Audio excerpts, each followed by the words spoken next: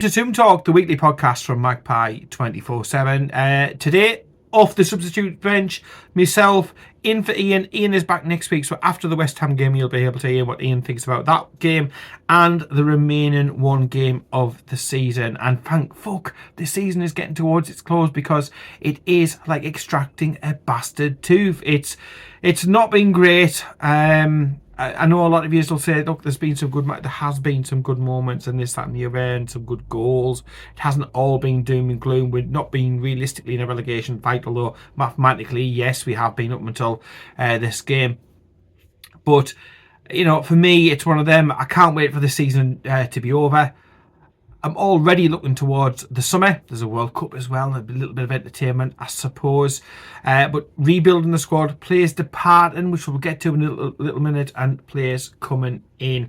But yeah, Ian will be back as well through the summer. Also, we've decided with the podcast, we're going to continue it as it is in its normal way every other week. So the one week there'll be a podcast, and the next Monday there will be a toonTALK special where we'll focus on a particular element. It could be transfers, it could be the World Cup, it could be infrastructure, it could be to do about anything. So anything that's topical about the club, we'll have a focus on that, and a special with one member of the team. It could be myself, it could be Kyle, it could be literally anybody. We've got Chris and people from all around the world. That's what makes Magpie 24/7 unique. Different viewpoints, different opinions, different ages, different experiences, living all over the globe with different thoughts and feelings on Newcastle United. So we're going to merge in some of those toonTALK specials in between the regular episodes with Ian, where he's going to deep dive into stuff, and there's some good episodes coming up during the summer. So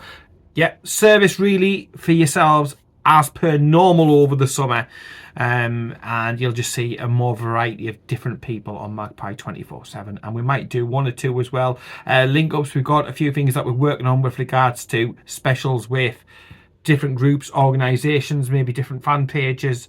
Again, it's all just to get those different thoughts, viewpoints, discussion points, all about the club that we all love, Newcastle United. And the club, I mean, they put us through the ringer. It doesn't matter if you come from anyone, as I was saying on a post the other day. It doesn't matter whether you come from County Durham and the County Durham Mags. If you're in Yorkshire, where I'm from, not from, because I'm obviously not from there, but where I am at the moment, shall we say, it doesn't matter. Really doesn't matter.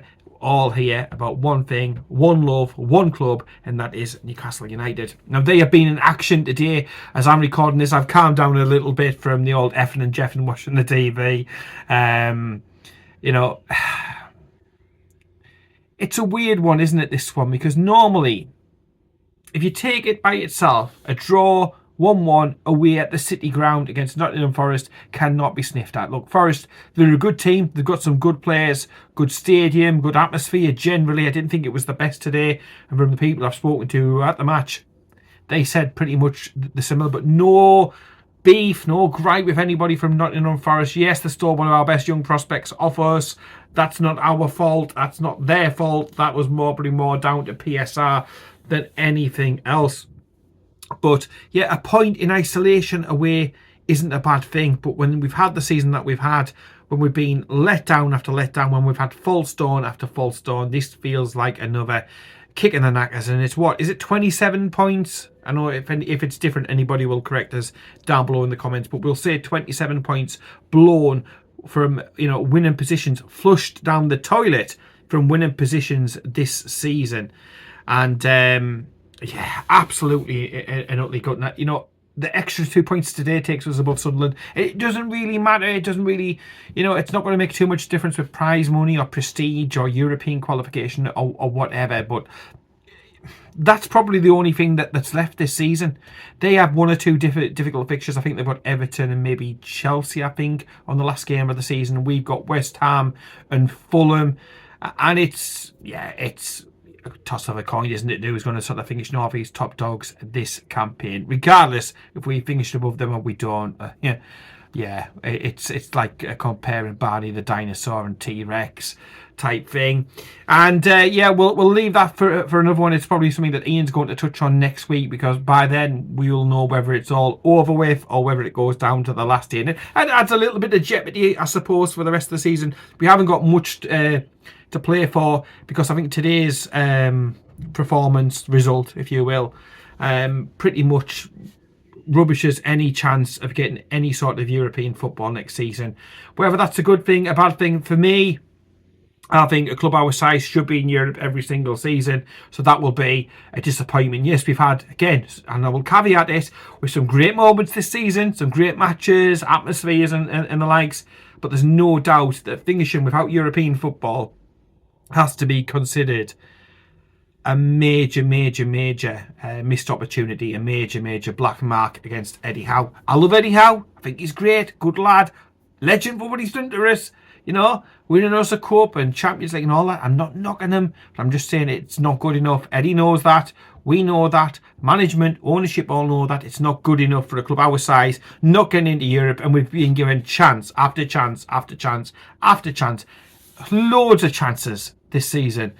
And today felt like the last opportunity, and we've let it slip, you know. Today, I thought we were good in large parts of the game. I thought we had some good play. We were knocking the ball about. We looked to be dangerous. We were getting the ball out wide to the right, especially in the first half, getting some crosses in. Asula missed a couple of opportunities. We had other chances to score as well. Bruno fluffed a couple of good opportunities when in a good position. It just wasn't going to be.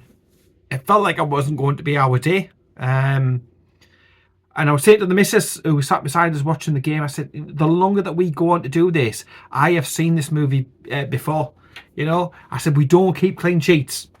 We don't keep clean sheets. One clean sheet now in 22 games is a fucking appalling record. You can't blame it all on Nick Pope. You can't blame it all on Aaron Ramsdale.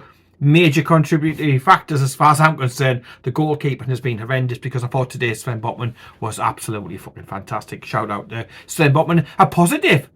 There you go. A shame it wasn't all positive, was it? But look, we're not keeping clean sheets. That is just what we do. There are fundamental issues and problems within the team, and that is a major one, that we cannot keep a clean sheet. And today it goes again. You get your noses in the front and you're thinking, come on lads, just keep the back door shut. And this sort of cat flap entrance into Europe, possibly 9th position, getting Europe, you're just like, you never know, there might be a chance, there might be a sniff.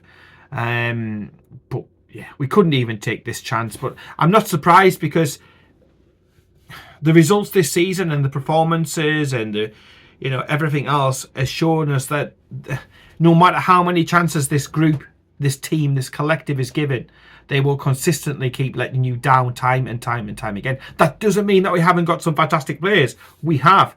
That means that we don't have possibly some of the right characters. We're missing certain facets to the game, to the squad.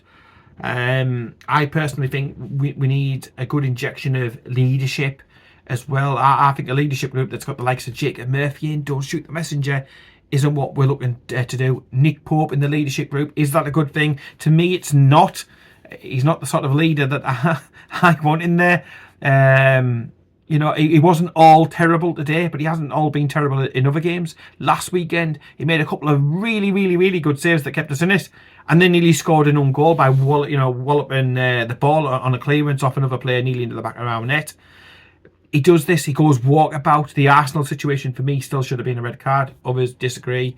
You know, you had the Marseille situation where he goes walkabout and he switches off. He's done it before previously to Liverpool. These are not new things. These are not new things that I'm learning.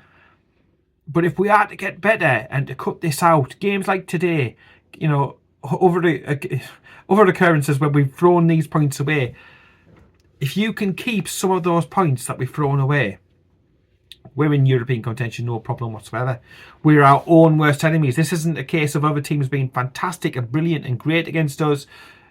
You know, moments of scale that are turning games. This is repeatedly shooting ourselves in the foot. This is all self-inflicted, and we need to learn about the plays, and we need to learn about improvements that we need to make if we are to make progress as a football club and keep on track. We've all heard about this 2030 ram down our roads. I still think it's unrealistic, but look, these are the people in charge. This is what they are saying.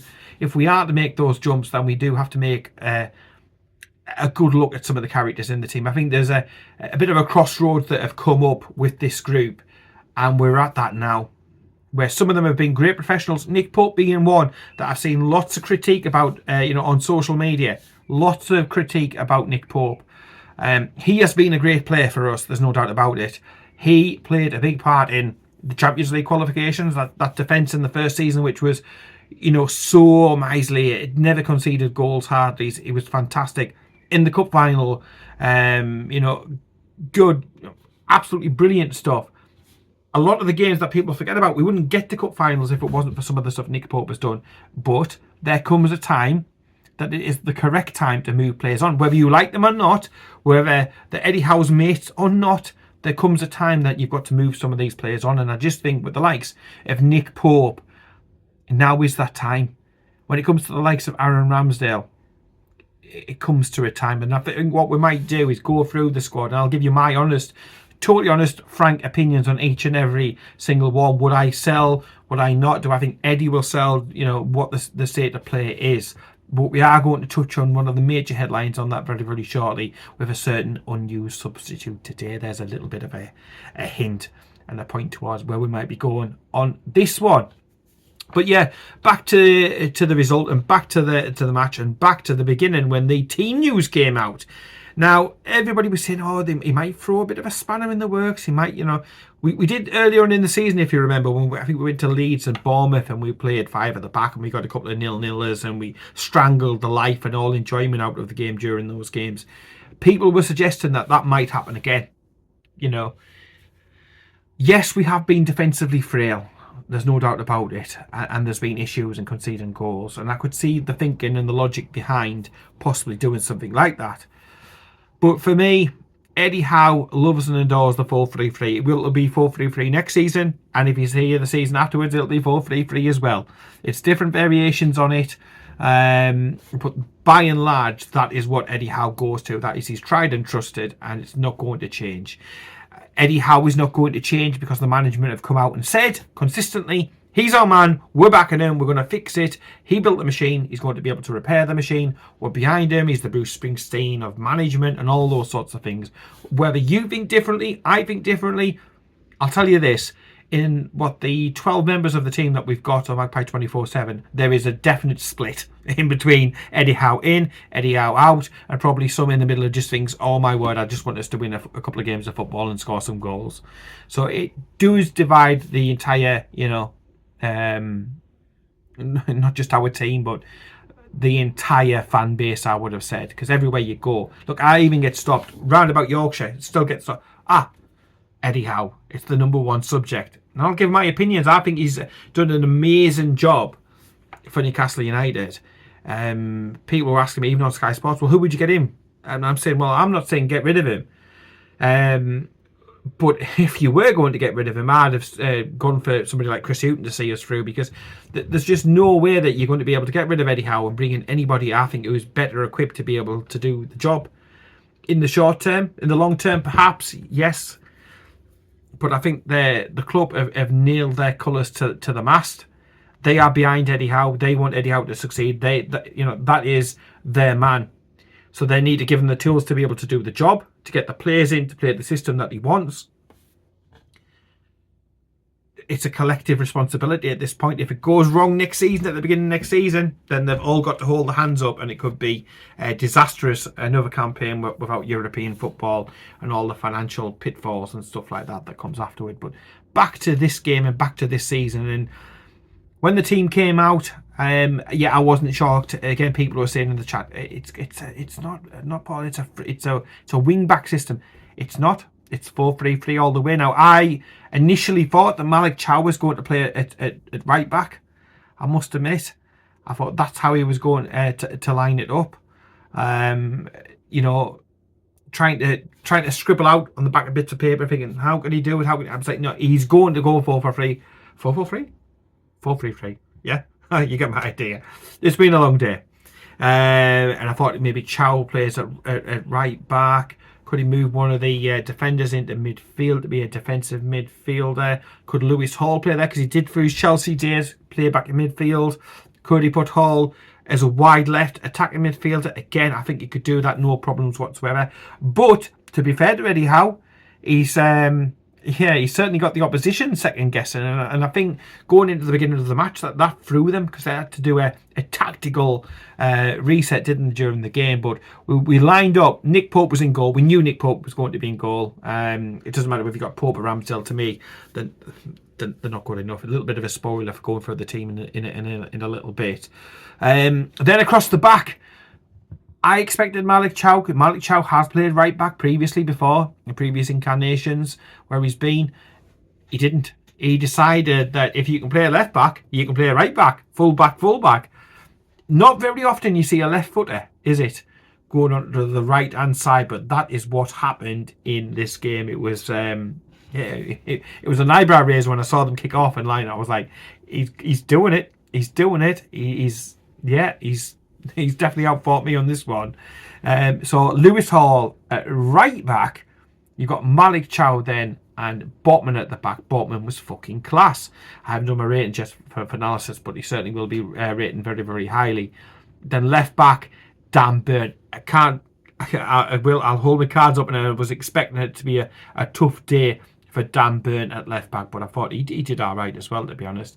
Then in midfield, it's tried and tested. It's Big Joe, it's Bruno as well, and it's Sandro Tonali. Before, I was thinking, well, that'll be the three. Then I was scratching my head again. I was like, well, how can this be? He's got Voldemar, which was a definite, again, another wild card. You've got Murphy and Asula, and what he went with, he sort of like, he pushed Joe Linton wide left, didn't he?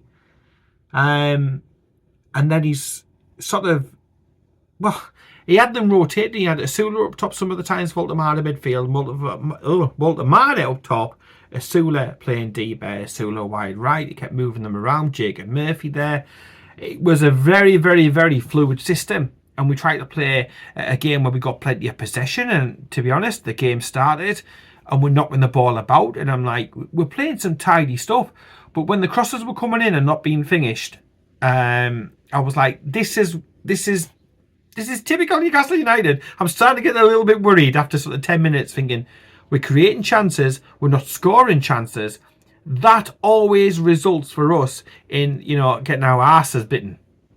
And that's how I felt, Well, I didn't feel like that. The missus wasn't getting that risky at that time of the afternoon on a Sunday.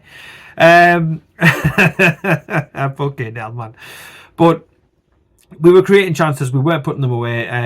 Murphy started the game really, really well. I think he faded as the game went on, and he was as effective as maybe he could and should have been.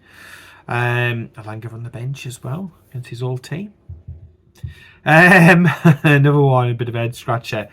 But yeah, the chances were getting crossed in. We weren't taking them. And with Asula, he can score the spectacular, or he'll slide on his arse and knock one in. But when it comes to just those instinctive striker type, Porsche's goals, you'd want a prime Callum Wilson there, wouldn't you? Putting them in, being on the end of it. But it wasn't to be. We would miss chance after chance after chance. But we're still playing decent stuff. It gets sort of midway through the first half. I think we got like 65% possession. Matt Sells all of a sudden, we'll be tied. He did this, I think, against, was it the Chelsea game? I think I was watching for them. It goes down. It's as tactical as fuck. And you can see straight away the Forest bench, come over. And they're going through the tactics, the changing things, they're switching a few players around, because I think Eddie Howe absolutely had one over them at the beginning of the game. They didn't know how we were going to line up. We didn't know how they were going to line up. There was only Eddie Howe and the lads who knew how they were going to line up. So, yeah, credit and kudos to Eddie Howe for getting sort of one over them for that one. But we look good in the eye, creating chances. No real complaints, to be honest. They weren't getting an absolute sniff. As the game went on into the second half of the first 45, they grew into it a little bit more, as you would expect. They were at home, but there was quite a few moans and groans, I think, from the Forest fans. And we get to half time and it's 0-0. I'm like, well, again, in isolation, I'm quite happy about that, but it's always at the back of my head, we don't keep clean sheets. And I'm like, yeah, this is an interesting one. I can't really particularly call this one. We're looking okay, not spectacular. All right, okay. I could hear the away support coming loud and proud through the speakers, and it's great to see that. And you're singing away. The missus is like, you're not the greatest singer, Paul. You need to stop that. You know what I mean? Having a good time, but as you would expect, going into the second half, Forest grow into the match. And it's a lot more, I think, even of a contest is the fairest way to say it. And it's screaming out for substitutes. Now, I'm looking at the substitutes bench, and I'm thinking, we've got a player there who's our leading scorer, 17 goals. We need a little bit of freshness, especially out wide. I felt we needed a bit of something. He's going to be called on Anthony Gordon any second.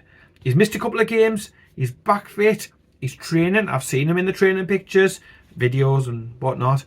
So I'm expecting him to bring on Anthony Gordon. I think everybody was. Then see the Sky cameras going over to the side. And by the way, the fucking commentary was honking, wasn't it? Absolutely fucking foul.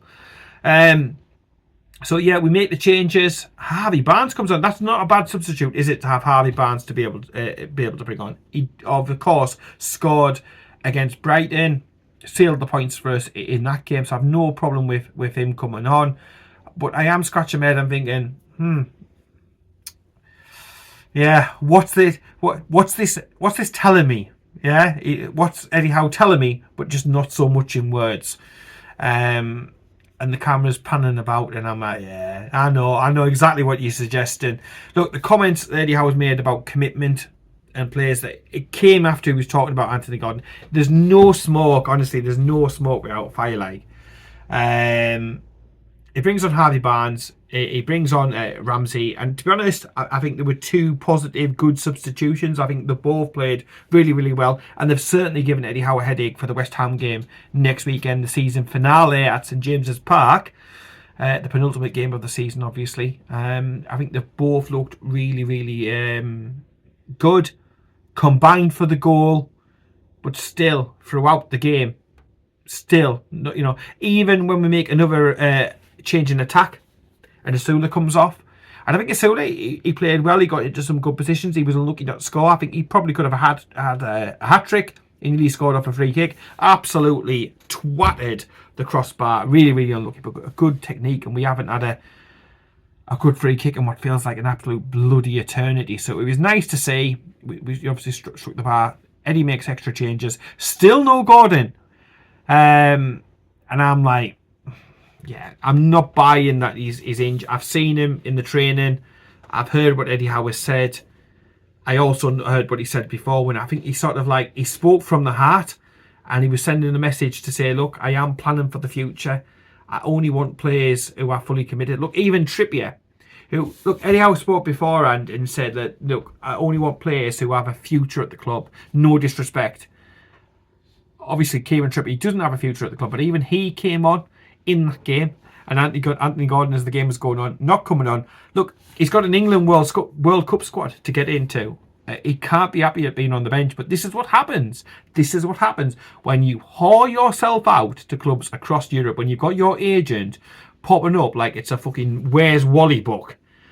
Oh, look, there's Gordon's agent. He's in, there he is, in fucking Bayern Munich, or Munich even. There he is in Barcelona going to meet Deco. You know,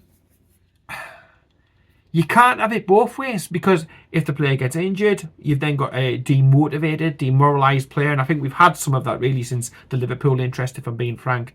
But all the comments Eddie Howe said in press conferences, and he's come out afterwards and actually spoke about Gordon, and basically said it's about the future and about learning and working with the players who will be here next season. Not said that Gordon's going to be off, that I want him to be off or anything else like that. He's speaking in riddles, yes.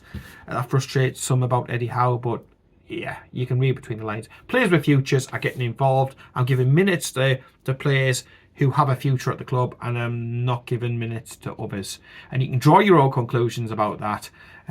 We saw the video, we saw the pictures.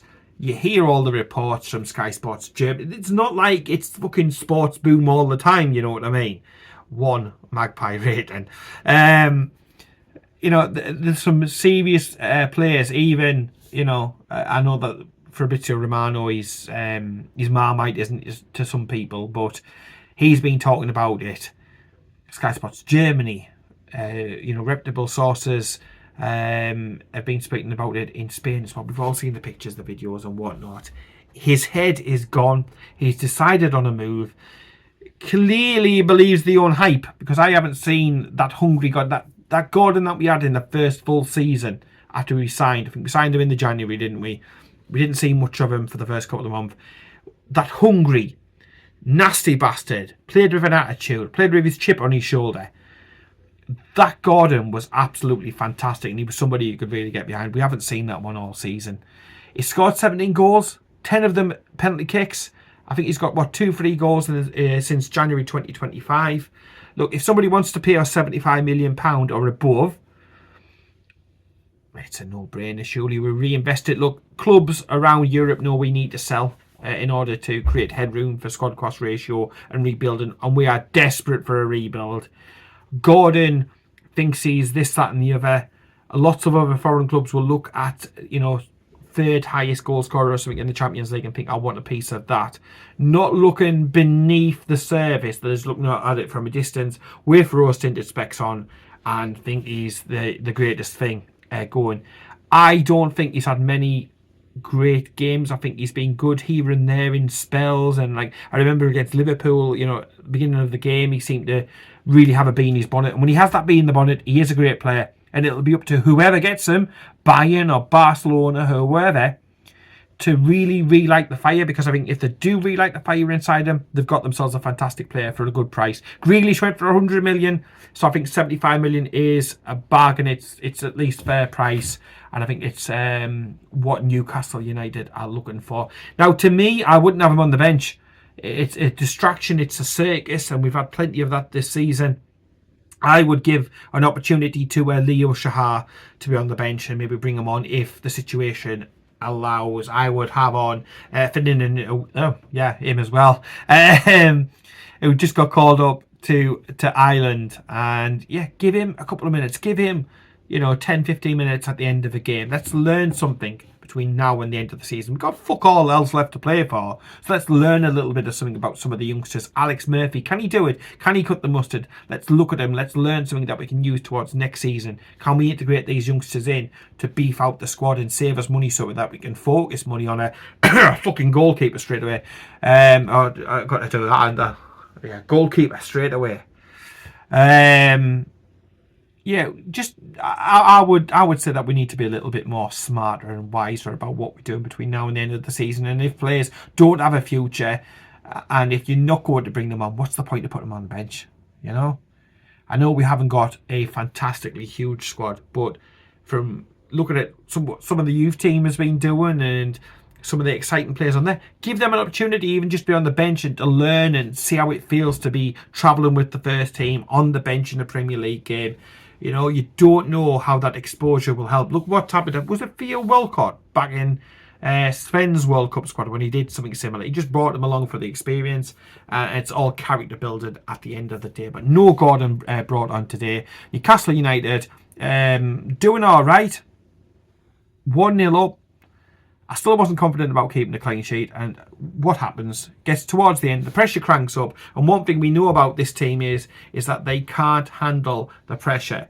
They can't, you know, when the chips are down, they just cannot deal with. They haven't got the correct mentality to deal with the pressure. And this is what happens again today. We crumble, we fall back, we get deeper and deeper and deeper, and we allow shots on our goal. And unfortunately, we've got, in both Pope today and Ramsdale, keepers, yeah, they'll pull off the occasional good shot, but you always think if you get enough shots against them, one's going to drop in sooner rather than later, and that's what happens.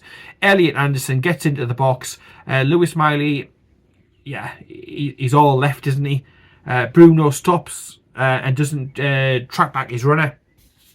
Anderson, still from a very, very difficult angle. For me, it should be saved all day long. He gets the ball into the net.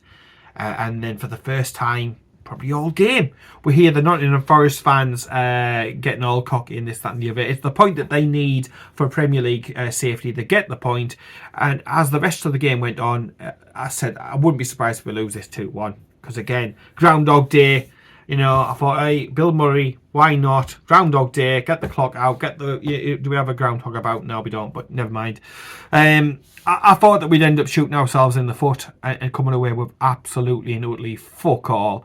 But in the end, we got away with something. And like I touched upon at the beginning of my ramble, a point away at the City ground isn't the worst result. And as fans, I think we got to learn a little bit more. Yes, we know about the how fragile these players' egos are, and the mentality isn't quite there. And we need warriors, we need battlers over the summer, good footballers as well. But we learned certainly a great deal about Gordon sat there on the bench collecting his £120,000 a week, training, living the life of Riley, first class travel, medical. Great facilities. Yeah. Whether it's a bit of the club as well, thinking I need to protect a £75 million asset because we need that £75 million to rebuild the squad. I don't know, because Gordon doesn't talk, the players don't talk. It's only selective times that the players seem to talk, isn't it? And they're not talking about that subject at the moment. It's disappointing. Look, he's not down in tools like the Swedish rat did. I think he wants the respect and the love of the Newcastle United fans. I think he'll get that for what he's done, the profit that he'll make us, the goals that he's scored. And he's been part of an exciting time for the club. But as I touched upon before, we're at that crossroads, and he isn't the only one. And I don't think it'll be the last big departure who leaves us this summer, if I'm being truthfully honest. I think at the end of the day, today's game, if we'd have played for another, it was 7 minutes stoppage time at the end, which I had my abacus out and that didn't particularly work. But I think if the game had gone on, there would have probably only been one winner. We went back to just trying to counter-attack, to hit on the break. Like I touched upon before, we took Bruno off, Trips came on.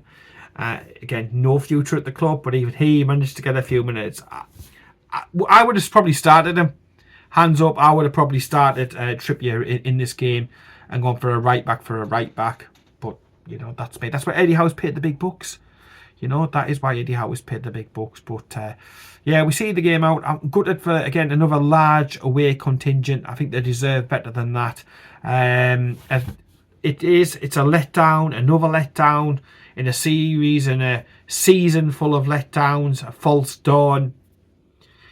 And I think we've just got to go through the motions in the next couple of games. We have nothing really to play for but our pride. West Ham will come to St James's Park and they'll have a little bit of something to play for, because I've just been watching the game, West Ham and Arsenal. I thought they were spirited, determined. They will come up here looking for the points, and I think they've been fucking robbed of a point today. Like, Arsenal protected, goalkeepers protected, and Arsenal get away with one, and they're probably there and their home and host. They've got, I think, Burnley and Palace in their last two games.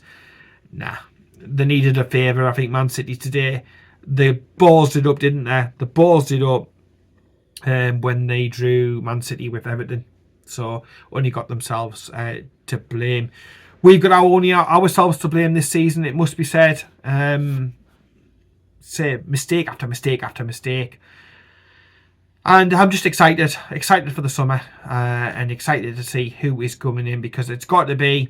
I know Eddie Howe's trying to downplay it, and I think he's managing expectations, but I think there's got to be 4 to 6 coming in, and I think there's probably going to be maybe more. There might be 6, 7, 8 going out, and 4, 5, 6 coming in. I think we'll be running with a smaller squad next season than what we've got, because we've got no European football. There shouldn't be a problem. The majority of the time it's going to be Saturday to Saturday with the odd midweek game in, the odd cup game. We can rotate, we can bring some of the youngsters in. I think that's going to be the way forward, but we will be looking to reduce the size of the squad whilst improving the quality and bringing in certain characters like leadership. Some good footballers would be good as well, because I think we've got lots of big meaty boys. We've got lots of great runners, but we need some more good footballers, in my opinion. Let me know down below what you think that we need over the summer. Plenty of names being linked. And remember, when they get linked on Magpie 24/7, we do rate every single rumour now that comes in between 1 to 5. We put the little magpies, or well, the same magpies, but the blackbirds on there or whatever they are. They don't do magpies on emojis. They should do, I agree. But we rate them between 1 to 5 for each of the rumours for the transfers that are coming in. And that's based upon who's seeing it, what we're feeling, in our gut type thing. And we put the little key on the bottom or on the next picture along so you can see what we think of it. So somebody might be reporting on it. We try and bring you everything that's reported out there, put it onto the page, and then we'll give you our opinions on that. Do we think it's a load of, tosh? It's a 1 out of 5. 3 out of 5, well possible. 4 to 5, it's gathering momentum. Some of the bigger accounts, are putting it out there. 5 out of 5, it's a done deal type job. So I think it's handy to have that little key system. So it's not us just saying, well, this is going to happen, this is going to happen, this. It's not, Sky Sports Germany are saying this. We think, based upon what we know, and again, as fans, I will highlight that, not in the know or anything else like that, but as fans, from all the other news, smoke without fire and all that sort of thing, this is what we think about it. What do you think about it? It's a discussion piece, and it gives you another little tool to think what we think. That's what the reporters think, and then you can make your own informed decision at the end of the day. But yes, what I'll do now is take a little bit of a break, come back, go through the squad, and I might just touch on some other things as well that Eddie has said about a certain number 10 for Newcastle United. And we're back. I'm back. Here I am. Sponsored by, well, it's not sponsored by anybody because we've got no sponsors and out like that. So yeah, it's just me shooting from the hip. Like I touched on before, normal service to be resumed next weekend. Get Ian's opinions on the West Ham game and the last game of the season against Fulham down at Craven Cottage, which I think Kyle is going to be going at. So we'll get some extra footage and stuff from down there and get the inside view from down beside the old River Thames. End the season with the old Toon Armada down there. But yes, this season it is plodding along. We've got West Ham next. Looking forward to signing off on that game. I'll be back to St James's Park actually a couple of weeks afterwards because a certain somebody on the channel is getting married. Not me. I've been happily married for many, many years. But yes, Kyle is tying the knot. So I'll be back to St James's Park, not because the ceremony is happening there. No, that's happening locally. And then we're going back the Shearers afterwards to celebrate in proper Newcastle United style and proper Magpie 24/7 style as well. So we'll be back at St James's Park for Kyle's do after his wedding. So looking forward to that one. So if you want to say a message to Kyle and to Lindsay, his partner as well, down below, is absolutely utterly fantastic. And I'll be I don't know if you'll watch it all the way through, so I'll definitely be putting 1 or 2 things on Magpie 24/7 on the big day. I'm back up there with all the family, and there's lots of the Magpie 24/7 team from all over the bloody place. Like literally we spread out everywhere, not just internationally. We've got, say, people from Asia right the way up to North America in the team. Noises from outside, a bit spooky.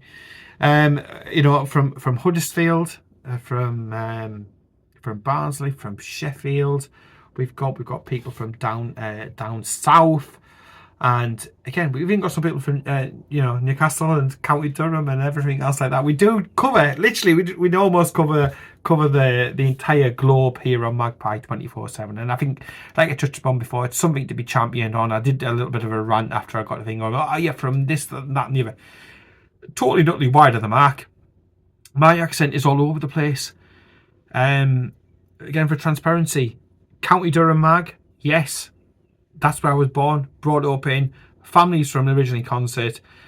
For the nosy out there, they relocated over to Spennymoor back in the day when I was born for work. My formative years there, I've lived there for many, many, many, many years. Travelled through as a kid, supported Newcastle United mad. The entire family's Newcastle United mad. Some family living out up there still to this day, spread all over the place. But now I live 112 mile exactly from where I'm recording this now to St James's Park. So 112 mile in for every single Newcastle United home game. A home game is like an away game for me. But look, when we moved back down, I mean, the missus is from down here. I said, season ticket, keep that. Is a bit of a condition of moving and everything. She was happy with that. I was over the moon and delighted. A long time season ticket holder. You'll have seen me probably out and about. You'll have seen me when it's coming to corner kicks and stuff like that, and memes and all of this sort of good stuff. So yeah, the accent's all over the place because yeah, from Durham, spend a lot of the time obviously in Newcastle, then spending a heck of a lot of time down in Yorkshire with the old Yorkshire accent, which you get every single day from different people and stuff like that. And again, it's even different when we're moving around in Yorkshire and stuff, different accents, different dialects. So my accent is probably all over the place. I don't pretend that I'm from any one postcode, I don't like that, but I don't think it should be held against us that when mother was taken in an ambulance to go and have me, that it went to Bishop Auckland Hospital and didn't go all the way to you know, up the A1 and head to hospital wherever, Davers. So it can't really be held against me, can it? But yeah, believe me, bleed black and white daft. And that is where Magpie 24/7 comes from. So I shall leave that little bit there. But I wanted to get that in after the post. Like I say, I started ranting at about 1:45. Come 1 o'clock, I wrote this post up and I reworded it and this, that and the other. And it got quite a bit of traction. I didn't think it would. End of the day post. Shooting from the hip, but I had a couple of people take the piss and stuff in comments and everything, and I thought, you know what, I've had it thrown at me a couple of times. Oh, you're not a real plastic should support you. Look, my local, I'm all over the fucking place, you know what I mean? But as I touched on, as a kid growing up in Spenny, that is a half and half town, and on derby days it's absolutely and utterly fierce because you've literally got one side of the road that's one colour, one side of the road that's the other. One pub is a Sunderland pub, yeah, should be shut down really. The other side is Newcastle United pub and Newcastle United mad. You know, it's mental. It's absolutely and utterly mental, but it's absolutely brilliant. But I don't consider myself any less of a Geordie just because I was, you know, brought up in fucking Spenny and I'm living 112 miles away now. So yeah, it doesn't really make any difference to me, and I don't judge anybody differently. Like I say, we've got people from Asia at the moment, we've got people from North America, Canada at the moment who are part of the group. Everybody's the same. We all support the same club. We all should be rowing in the same direction. That's my party political speech, and it's funny after that, after a week after elections and all that sort of thing. But yeah, if you support the same club as what I do, I consider everybody family and stuff like that. And it's just a shame that you get a couple of few nasty comments. I'm going to get them all day long. Not an oil painting by any stretch of the imagination. But when it's, oh, you sound like you're from here, or you sound like you're from there, you don't know jack shit. So, you know what I mean? I filled you in a little bit there. I put a bit more meat on the bones. I shouldn't really have to explain or justify myself as a fan. But, you know, que sera, these are the things that we have to do. And I thought I would mention it on the podcast. Change of plan for how the podcast was going to be done. I thought it was going to be much different to this, but que sera, I've come off the bench to make sure that we've still got the episode, or a episode, to put out on Monday, 5 o'clock every week for toonTALK. Anyway, talking about enough of that, we've had enough of that. We'll get back to Newcastle United, and I touched upon before, I think we're up to a crossroads, to be honest, now with regards to this team, this incarnation. I think there has to be changes. I would like to see a couple of changes maybe in the coaches as well, so there's some fresh voices, fresh perspective, fresh ideas, maybe a few different things with regards to free kicks I touched upon before. Set pieces need to be freshened up. It doesn't hurt to get in different voices. Ferguson used to do it all the time. Whenever anybody was getting into the comfort zone, Pep does it all the time. Up to a certain point, he'll keep them, but then he'll jettison one or two and bring one or two back in, and he'll constantly keep that happening because it's a fresh voice and it keeps people on the toes and not know what to expect, and that's good with regards to football. So it isn't just on the players. You know, we do need renewal at the club, so that's renewal in facilities, infrastructure, players, coaches, and Eddie Howe's there to facilitate and be the sort of conductor of the orchestra when it comes to that. Eddie Howe will be our manager next season. So for all the people who are happy about that, I'm happy for you. All the people who aren't, that's the reality of the situation. Unfortunately, it's David Hopkinson, it's Ross Wilson, it's the ownership, the PIF, Yasir, the Ruben connection and stuff as well. Everybody's got the 2 pennies worth in. That is what's happening. This is what's going to happen. And I think it's a big summer. And we've got to get things right, because I don't think that we did last season particularly well. I think we're ballsed up, and I think we're paying for it now. And I think we're paying for the fact that we didn't have. It's like having a bit of a toolbox, but then you're missing a certain, you go for a 12mm spanner. You need a 12mm spanner, and you haven't got a 12mm spanner in there. You want the set so that you've got all the tools to be able to do the job. And that's what Eddie Howe needs to do. Eddie Howe has done tremendous things for this club. He can continue to do tremendous things for the club. He needs the tools, and he needs to adapt as well. Yeah, everybody, I think, has to take the fair share of blame for this season, which is going to end in mid-table mediocrity, unfortunately.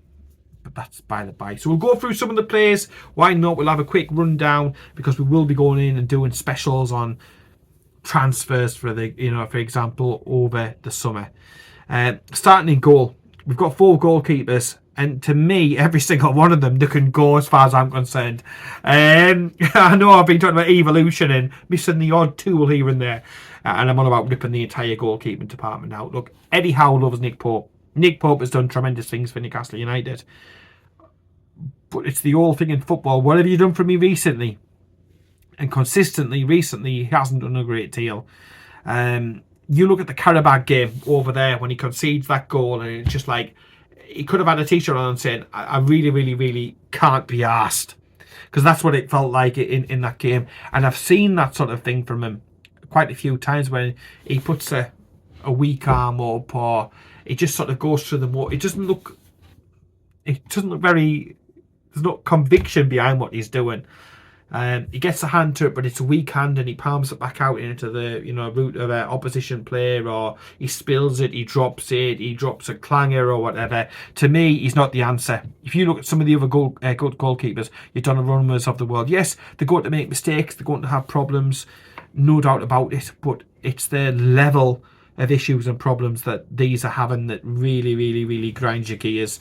So Pope, for me, has to go. Leeds have been linked with him for £5 million, and I think that's smart, and I think that makes a lot of sense. So fingers crossed about that one. Ramsdale, £120,000 a week. We paid £4 million for a loan fee, and they want £20 million, 20 million quid, to make the deal permanent. I think you're off your tits, Saints. I really do. Whether you get promoted or not, you're off your tits. I think he'd be an okay number 2 goalkeeper. I'm not going to be harsh. His distribution is decent. He's got the odd good save in him. But then sometimes you think, are you ever going to save it? A shot? But then, like, all of a sudden he'll pull a worldy save out. He's one of them type ones. He is England international, same as Pope at the end of the day. So it is a bit of a strange one to be able to critique in this way. But he's not the answer for me. If he was available on a free or for £1 million or £2 million, I'll bring him in as second choice. Especially considering Vlachimidos is valued at £12 million, and they expect to get £12 million for him. If we can get £12 million for Vlachimidos, £5 million for Nick Pope, save the wages for Ramsdale, I think there's got to be a little bit of a leeway. I've seen a lot of people talk about bringing Vlachimidos in as backup. Perhaps that could do. But we're also getting rid of Gillespie and Ruddy as well, so there will be a complete opening for me for goalkeepers, and we probably need at least 2, and maybe bring through somebody like Harris or somebody like that. I don't know. We do have a ruck of good goalkeepers coming through the youth ranks, so fingers crossed maybe one of them could be third choice going into next season. Let me know down below. But if we've got no Europe, we need 2 good goalkeepers.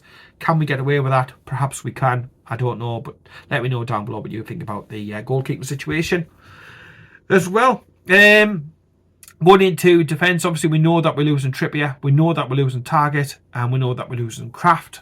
So there's plenty of wages to save there, because Trippier's on over 100 and odd grand. Target's on over £100,000, and we've been paying 80% of his wages or so, according to the crack. And then Kraft's on not as much, but still a considerable chunk, some tens of thousands of pounds. So a couple of £100,000 a week, say 250 for argument's sake. In savings to be had there. If you couple that in with the likes of Ramsdale as well, you can see how it will give us leeway, because every bit we save on wages it most definitely can help. But across the rest of the defence, I think Livramento could still well go. Spurs linked with him today, Arsenal previously, Manchester City. Get them back to fitness, keep them wrapped in cotton wool, and then I think a transfer may well happen. I think it'll be for less than we originally hoped for, but that's because he's had a season that's been pretty blighted by injuries. Personally, I'm happy each way. If he stays, we get a good footballer. Get him back to his very best. He's great. He can cover both sides. If not, he goes for a decent transfer fee, and we reinvest and go again. Because I think at right back, it's one of the easier positions to be able to solve and fill this summer. Centre of defence, Chow's going nowhere. I know he's got interest from Bayern Munich, Manchester United, and a couple of others. He's not going anywhere. He's been one of the real successors, hasn't he? Malik Chow, definitely the best transfer, I think, of last summer. Beside him, Botman, today, I thought he was fantastic. My man of the match, and when I do my ratings shortly for analysis, he will be getting a high score. There's no doubt about it.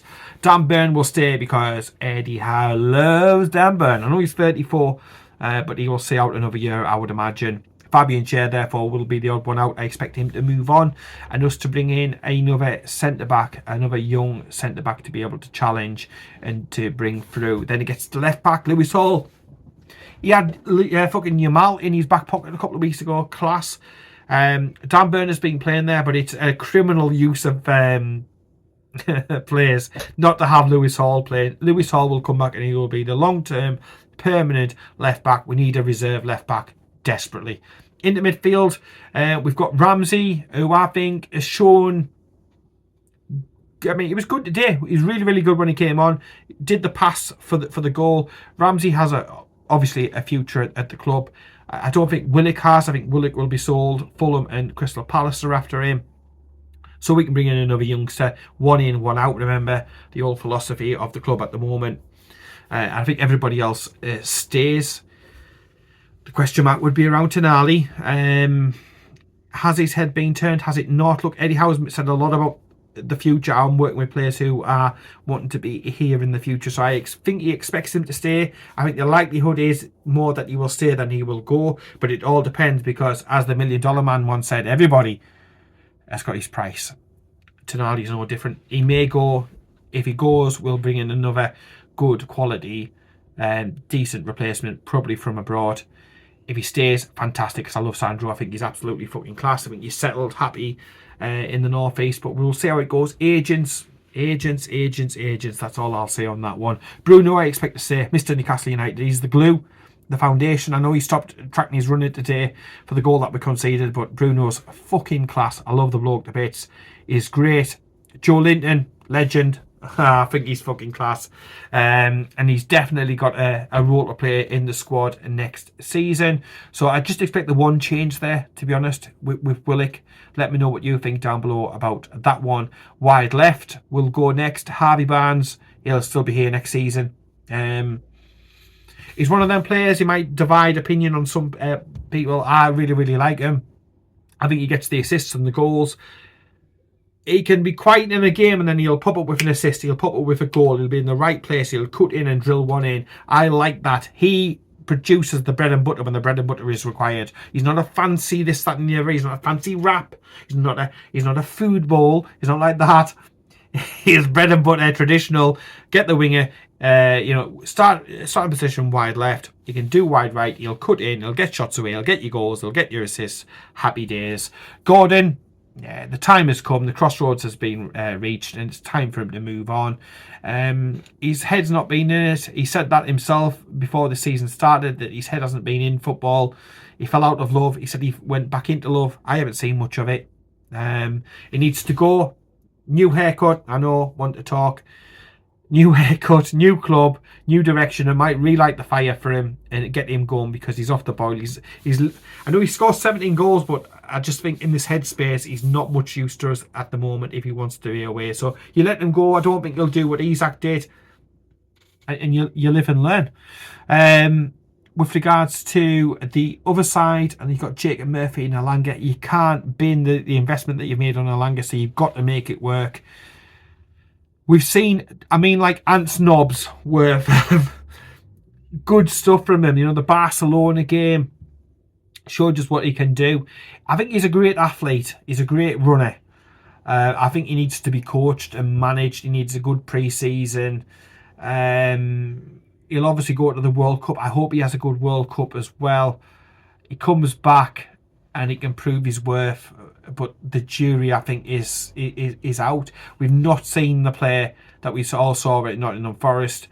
There's a lot of things about, he's the team who Overton and stuff like that. That's for others to decide. I think Eddie Howe likes him, but he needs to be able to cross or shoot or run or pass. Some games he looks good. Some games he comes on and he looks like he's never seen a football in his life. So it's a little bit of a divisive. Yes, it's a bit of a divisive figure in the squad for Elanga, but Elanga will stay. There's no doubt about it, is there? Going into the middle, this is where it gets really, really interesting, because Visser, he came on today, Visser, Misser, and all that sort of thing. Again, he's going to go away to the World Cup. I hope he has a great World Cup. He comes back. He may be sold. We may take a hit on this one, but we could also, from what Eddie Howe has said, possibly keep him and see if we can get back the player who was the Brentford version, because he was absolutely class. Look, at the Finalysis event recently, I tried chasing the Brentford fan down. So I've got the receipt. I'm bringing them back. They weren't having any of it. His age and everything else like that, we've well paid over the odds. We've been shafted on it. There's no doubt with the deal. I think we paid double the price that we should have done for him. We didn't buy well, which means selling becomes very, very difficult. Squad cost ratio is all about buying effectively and selling effectively, and we haven't done that. This, I think, there is a 60% chance of him staying and a 40% chance of him going. Voltemade, £69 million. I'm not going to judge him on today. I'm really not. He had one or two little good passes. Against Arsenal, he had one or two good little passes as well. But he did some things that were wrong. He ran into opposition players. He gave the ball away too many times. He passed it straight to one of their players and we nearly conceded a goal off it. I'm not going to judge him on that. Asule needed a run of games before we saw the best of him. And I think Voltemade will be exactly the same. I would start him against West Ham again. I want to see what he's about. And I want to see us learning between now and the end of the season. Let's learn something about Voltemade. Let's see where his best position is. Is it as a 10? Is it as a striker with support around him? And do we need to sign a specialist number 10? Do we need to play with a 6 and perhaps change the midfield dynamic a little bit? At the moment, we're still sort of set up for a Swedish rat type system. We haven't developed it to suit our new strikers. We're still playing to the old system and the old ways. So that's something that's going to get looked at over the summer. And Asule's getting linked now for a £40 million move to many German clubs, but Aston Villa and stuff as well. I think there's a chance that he goes. But I think Eddie Howe likes what he sees at the moment. Today he could have had a hat-trick. That was the frustrating thing about it. 2 crosses from Murphy, and screaming. And then he did that free kick.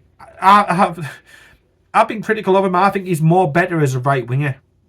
I've called him a championship starter and a Premier League sub. And I think I've been a little bit unfair on him. I think he's worked at his game with Graham Jones and he's come on a lot. The club need to weigh up, though, £40 million to reinvest. Would you get anything better? You let me know down below. Or do you persevere and continue to work with him because he seems a keen and hungry lad and he wants to do better? If he's got that hunger, this is what I mean. Asule with the hunger and Gordon with the I can't really be asked. I've had my head turned. Look over there, that's shiny type thing. You know what I mean? Hunger and desire and want to improve are key things that you can't just buy in. So I'd be tempted to keep Asule, keep Voltemade, and I think Visser might be the one therefore to go because I think we need a new striker. I think we need to freshen it up. I think we need somebody who's going to get some more goals. Visser just hasn't done it. And he can only blame himself. He handled himself at Brentford the way that he did. His body wasn't ready. He then went away to play for Congo twice within a couple of days. And his body couldn't take it. He broke down. He's injured. He raced to get back. He come back too soon, and he's been a shadow of the player that we also at Brentford. So if it goes south, if it doesn't work out at Newcastle United, he's only got himself to blame at the end of the day. And as much as he seems such a nice, lovely bloke, but you've got to be cutthroat, and this is what I hope Eddie Howe is doing over the summer. Be cutthroat. So the likes of cutthroat. So the likes of Jacob Murphy, who's been a great servant to the club. To me, no matter how good of a servant that you've been, if we're going to stick with the same squad, we're going to get the same results or worse, because if you stand still in the Premier League, you're actually moving back. Players like Jacob Murphy, I think it's time. It's another crossroads player, like with Gordon. We need to move some of these on. So your Trippiers, your Shares, your Jacob Murphys, possibly your Vissers of the world, your Gordons and so forth. It's time that you move some of them on, so that you roll the dice and you see whether you can get better in, whether we see if we can get characters in who have the personality, the leadership, the steel, the nous. Maybe somebody who's better with free kicks, who could be a specialist on that. Yeah, you've got to roll the dice. Yeah, last summer it didn't work for us on the whole. But if you don't try, you don't know. If you don't sign these players, you'll never, ever get to know. And you've got to hope. Certainly under squad cost ratio, there isn't much room for error. If you don't know and you don't try, you'll never know. So to me, those are the type of players who I think we can afford to move on. So the entire goalkeeper department can be moved on, because I think it's not going to get better. It's only going to get worse when it comes to the goalkeepers. I think he's going to keep Nick Pope, isn't he? He loves it. He's probably got a poster Eddie Howe with Nick Pope above his bed, hasn't he? Yeah. I'll get rid of all the goalkeepers. The defenders who are going, Fabian Schär, I think he will go. Trippier, Kraft, Target. They will all go to free up space, and we need to bring players in like for like, one in, one out, as we've been told. I think Willock will go. I think Willock needs first team football. I think he deserves that. I think his injuries have took a lot away from him, but he's still a good footballer. He's still a good lad. He's still been a good servant. He goes with the best wishes, of course.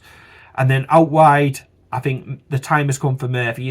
He's lived the fucking dream, has he not? But there comes a time. It's the cutthroat. It's hard because he's banter and one of the lads and Jack the lads, and he's a character. But we need some other things, and we need to bring other players in, and we can only bring players in if we move players out. So, you know, there we go. And then Gordon going, Visser possibly going as well, and then we'll see what the situation is. I think if Voltemade goes and has a fantastic World Cup, he's golden boot, he's done great for Germany. I think Bayern will be literally all over us, pushing and prodding. So it might not be only say Gordon who's going to Bayern Munich. It could well be Voltemade as well, but I would like to see him get a chance at Newcastle United, a run of games at Newcastle United. What I saw at the beginning of the season was a player who got one chance and scored one goal. Little back healers and brilliant with his feet. And it's up to us and Eddie Howe to be able to find a system that accommodates his genius, if you will. That's my feelings. Let me know what you think down below about the squad. And I think we've got quite a few good youngsters coming up. Now, the youth teams have had a tremendous turnaround. There's some exciting prospects in there. They're not ready for the first team yet. They might push into the under-21s next season, but they're not ready. We've got a couple of players in that reserve under-21 team at the moment. Your Alex Murphys, your Leo Shahars, your... I'm going to have to call him something else because I can't pronounce that at all. But I'm just trying to think, because we've got quite a few of the other youngsters from the reserves leaving us, haven't we? And then we've got Cordero as well, who's coming back, who's had a much better time back in Spain than what he's had previously out on loan. So he needs to be looked at. So we've got, you know, a couple of youngsters there that we need to look at over the summer. Could they fill one or two of the gaps up? That would be great. That's what the club wants. That's what Yasir wants. He wants a conveyor belt from the youth team to the reserves, and the reserves to the first team, and then we're supplementing that, you know. So if we're bringing through some really good attacking players, but we're not bringing through defenders, we'll recruit and buy the defenders, and we'll get the attacking players, you know, from the reserves and stuff. It just doesn't want it to be. He wants to preserve whatever budget we've got. Say it's £100 million, right? I know it's not. That's just a number I've just thought of. But if it's £100 million, and we need goalkeeper, defender, midfielder, attacker, right? So that's four positions. That's £25 million each. Well, if you could have got the goalkeeper and the defender from the youth and the reserve teams, or the whatever, that means you've only got two players to use that £100 million, so you can get better of those two players in. So it's a win-win. And if they don't progress to the levels on the conveyor belt, they get up and they're not at the required standard, or we've already got a couple of left backs, we don't need another left back, we sell them, you use that money, it's pure profit, it comes into the pot, and we can use that for transfers as well. So happy days. So I'm excited to see where the club's going to. Obviously the whole Shola thing, hasn't it, recently? He's been taken away from the loan managers. There's been a restructuring going on with regards to the management around the youth teams and the reserve teams. So it's going to be really, really interesting to see how this develops over the next couple of years. I think the reserves and the youth teams are going to get getting better and better and better. We're then going to be bringing in better facilities and stuff as well, which is going to help them. And we're going to have some serious talent coming into the team, not costing us a fucking penny. Saving our transfer funds and our headroom and our squad cost ratio headroom and stuff like that to use that to really sign quality, special difference makers to really, really push towards trying to win things in the future. That's the plan. And I think we can do it. And I'm excited. As much as I am about transfers and stuff over the summer and reshaping the squad and players coming and going again and starting again for a new season in a couple of months' time, I'm also excited to see what's happening with regards to the bricks and mortar at the club, the young players coming through, the journeys that they are. Look, I was talking to one of them recently, a signing that we made for the youth team. He's England international. Some of the exciting plans that he talks about. I don't want to go too much detail because I don't want to be getting anybody into any trouble. But the quality players that we're hoovering from other clubs and bringing into our youth system is absolutely and utterly fantastic. And the sky is the absolute limit. I want to leave that one there because I don't want to get anybody into any sort of trouble and stuff like that. But it's exciting times. It might not be going great at the moment. We might just have drawn 1-1 today.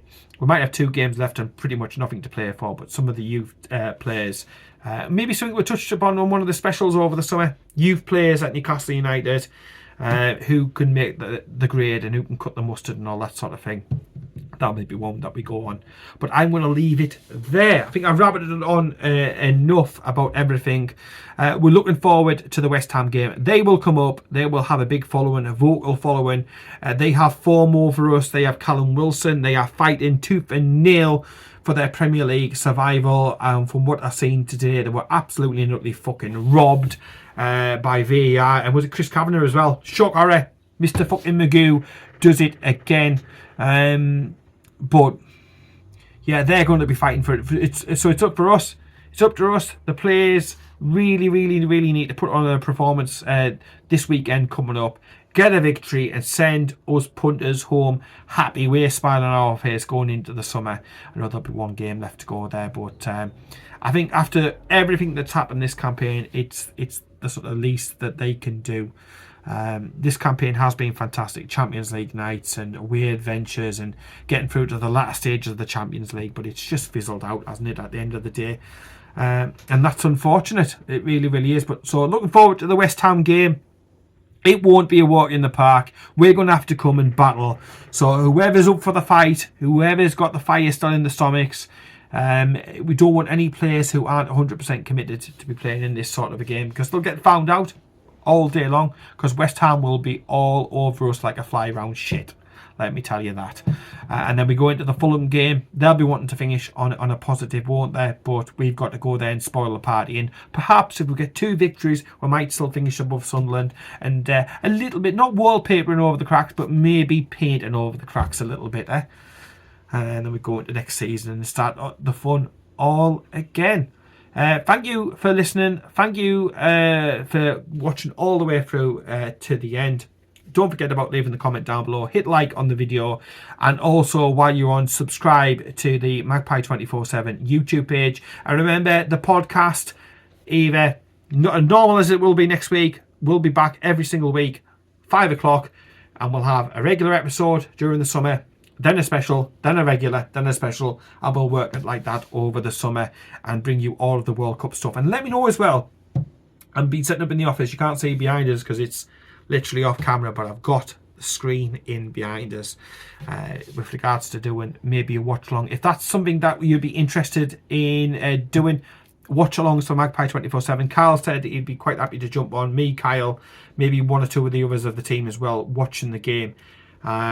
I can have the game on literally just off camera. So literally behind camera right now, we've got a big screen, which I can now put the TV on, put the matches on, so I can watch the matches and do that. Now, obviously, normally I'm at St James's Park, occasionally away as well for away days.